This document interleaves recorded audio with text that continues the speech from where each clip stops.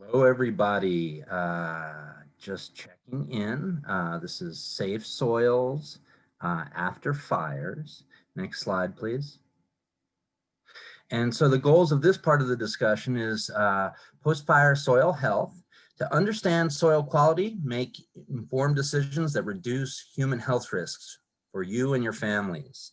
We want to manage soils to grow food, family, and farm safely, and we want to use good ag practices to minimize risk over time.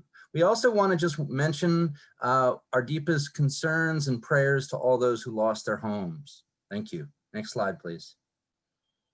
Why is soil so important, right? We know from our understanding over time that soil quality very much affects how your crops grow. Next slide, please. Why is soil health a concern after fires? Contaminants can inhibit plant growth and soil health.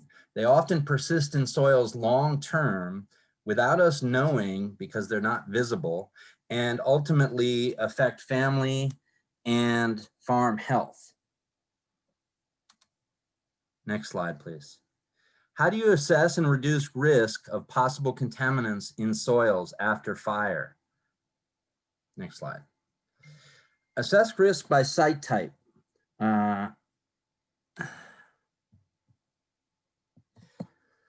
It's important to assess your risk by site type. We've already covered number 1, but numbers 2, 3 through 4, house and landscape next door burned. The house may be intact, but there may have been some landscape that burned near your home. And then the full property burned and the site was remediated. Next slide. Fire effects on site soils are something to think about. Burns heat topsoil layers. They reduce the amount of living microorganisms at the site of the burn of that heat in position. The burns also affect organic matter and nutrients. Much of the organic matter goes up and many of the nutrients come out of solution and go down into the soils. Ultimately, ash deposits over time from fires may make soils more alkaline. This also can impact soil structure and water movement from the burns. And so as a result of all of these combined factors, there are temporary changes in nutrient levels and the capacity for soils to exchange nutrients for optimal plant growth and nutrition. Next. So good news. With proper land care and management, soils can be improved and enhanced with remediation, increasing organic matter over time, migration of microorganisms back from areas that weren't burned in the soil matrix itself. And the key factor to think about is time. Don't forget that time is going to tell all. It will take time for this to happen. Soils were developed over millions of years. They won't be able to be 110% improved overnight. Thanks. Next slide. So assessing soil risk depends on a number of key factors, right? Of course, the first one being fire proximity, the extent and trajectory of the wind, the magnitude of that wind, right? In which direction it's going. The settings, are we in a built environment in the case of the urban fires versus wildlands where it may be more forested. The burn temperature, duration, and extent, i.e. magnitude, will also affect the soil risk. And the type of indigenous soils, right? What kind of soil quality did you have in advance of the fires will also contribute to all of these frameworks. And so ultimately, all of these factors will affect the amount and composition of the ash deposited, the extent and the type of cleanup and the remediation itself and how that goes. Next slide, please. So post-contaminant types in terms of post-fire, right? We understand that in wildland fires, wood ash deposited on lands are less varied in chemical composition, right? For the most part, most wood ash is of a carbon base. Whereas in built environments, building structures are made up of many different types of materials. And burning structures of built environments cause a melting pot effect. The chemicals within those structures in those various parts, the electronics, the plastics, the treated lumber for homes, ultimately mix together, and that can be concerning. Next slide, please. So potential contaminant sites. What may have burned? Let's think this through for a minute. Walk through this, right? In terms of the various kinds of potential properties that may have burned. We know that on some farmlands, there may have been pesticides, petrochemicals, including possibly fertilizers, in barns and garages for farms, managing farmlands. They're in residential properties. Some of the construction materials likely included plastics, which include polycyclic aromatic hydrocarbons. I often tell folks to say that 3 times fast. Petrochemicals, right? And then the treated lumbers, many of them have preservatives, including heavy metals like arsenic, chromium, and copper, to say the least. On commercial and industrial properties, the smorgasbord gets even more interesting. Some of the materials, again, include PAHs, polycyclic aromatic hydrocarbons, petrochemicals, solvents, potentially lead from pre-1978 homes, and more. And then the soil on properties also burned in many cases and may have had some indigenous levels of metals in some form. Next slide, please. So think about this. Let's walk through the process a little bit, right? Contaminant exposure in produce growing sites. Think of how ash deposits and that the mechanism of that flow.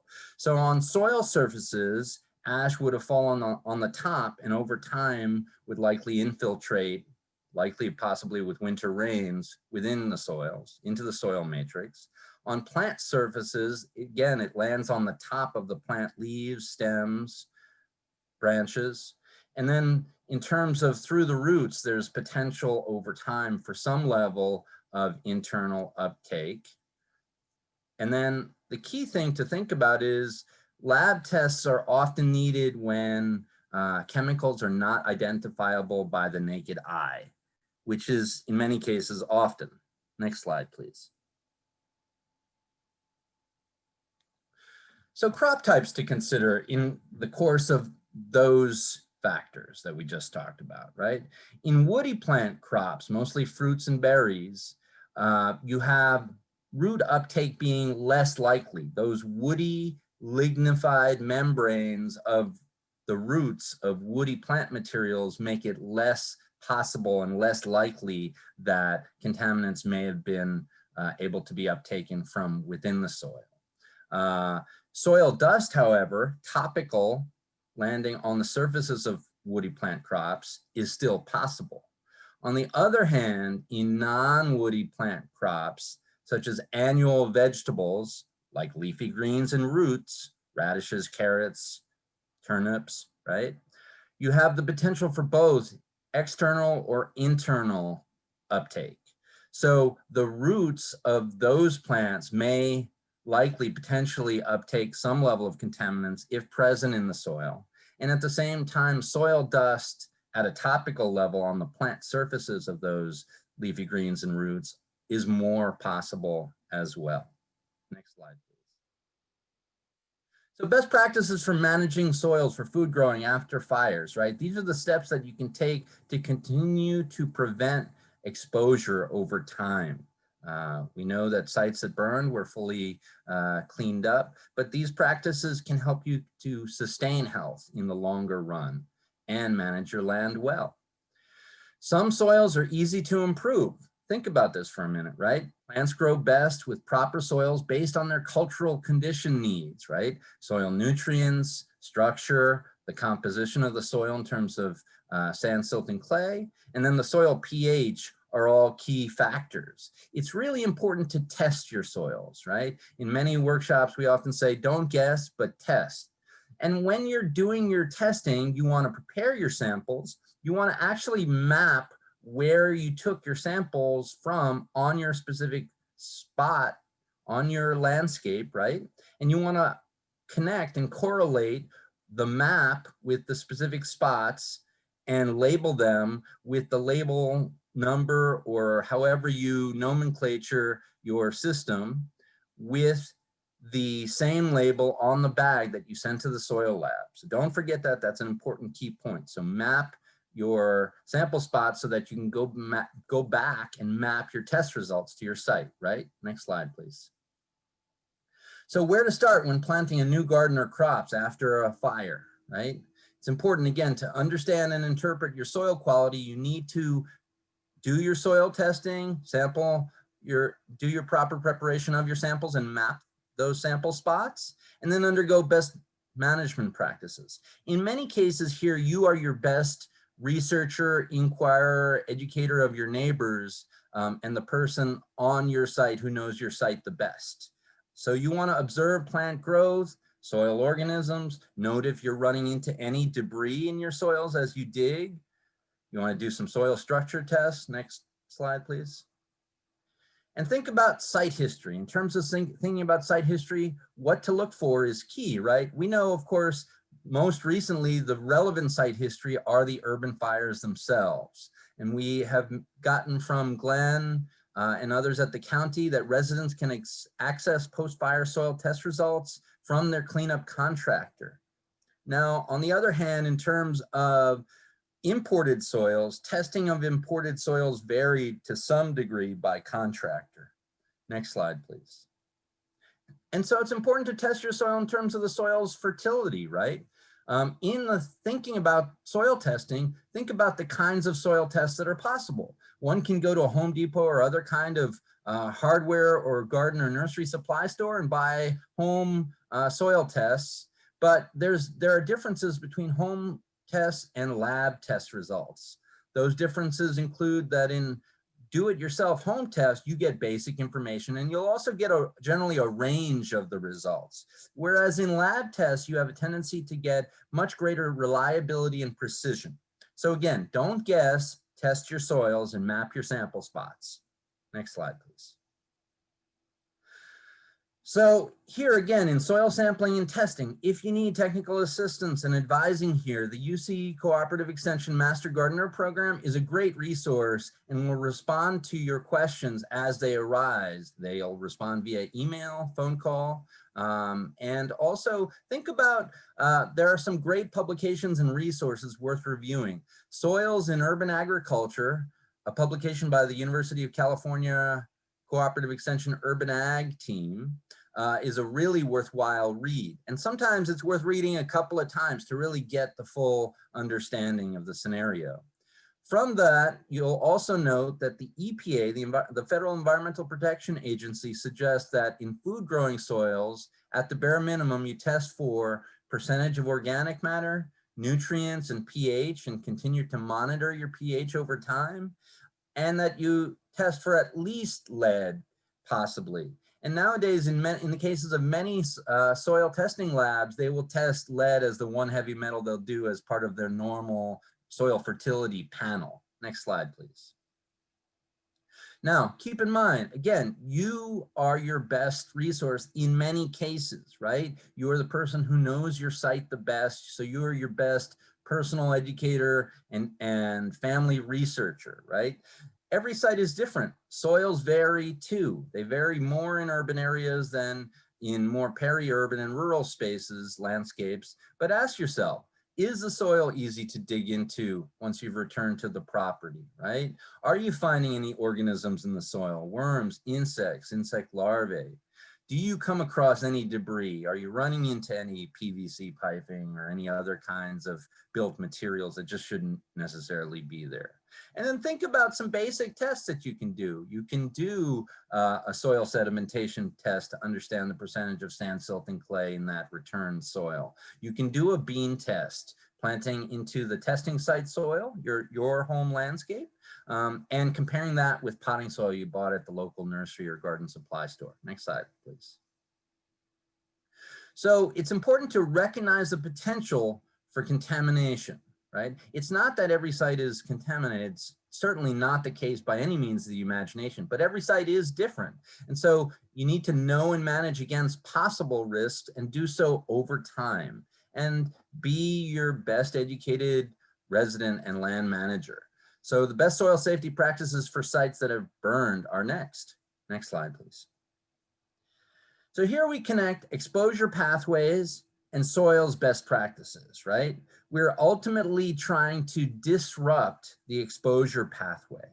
So in terms of ingestion, inhalation, and skin contact, right? Among those biggest goals include reducing the amount of soil dust in the air. And that's been one of those running themes over the course of this presentation, right? So wear gloves, wear boots. In terms of disrupting inhalation, right? Build raised beds and import clean soils if you have gotten test results back that suggest that's a need.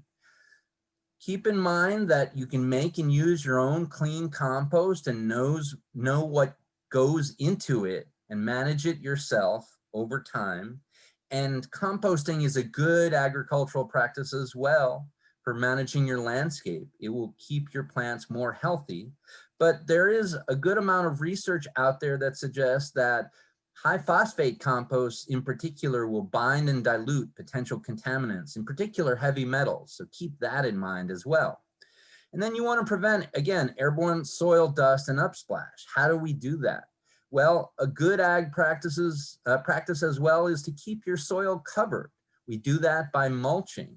In the case of veggie beds, that might be more straw. In the case of pathways, that could be wood chips or other landscape materials, but keeping your soil covered will reduce airborne soil dust.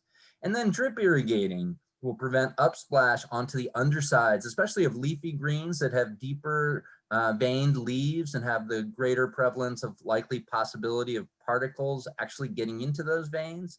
And also drip irrigation combined with mulch will reduce the spreading of soil particles around your growing beds when growing food. Next slide, please. Best practices for food gardens on or near burned areas. Don't forget, don't consume produce that was growing in close proximity to a fire. Know what you're being exposed to. How do you do that? Have your soils tested. Use best growing practices to minimize risk. Wash hands before or after harvest and wash produce before it's consumed. Also keep in mind, white vinegar can be used as a surfactant to help lift off soil particles, especially in deeply veined leafy greens and some of the root crops. Contain soil with mulch and raised beds when you have found that your indigenous local soil on your landscape has some level of contaminants that are at or above threshold levels. Amend soils with compost or clean soil from OMRI, the Organic Materials Review Institute, over time to improve your soil quality. Promote good drainage, especially at the bottom of slopes. Many of the sites that burned around the state are on slopes, and at the bottom of those slopes, especially after long periods of rains over time, are more likely to accumulate contaminants if there were any present.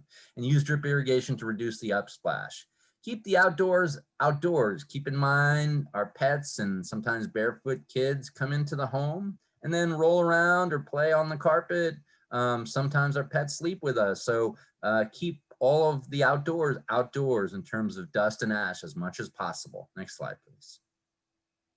So keep in mind, the good news is with good ag practices, we can all do our best to grow food and family safely on our farms and landscapes in urban and peri-urban and rural areas. Thanks so much.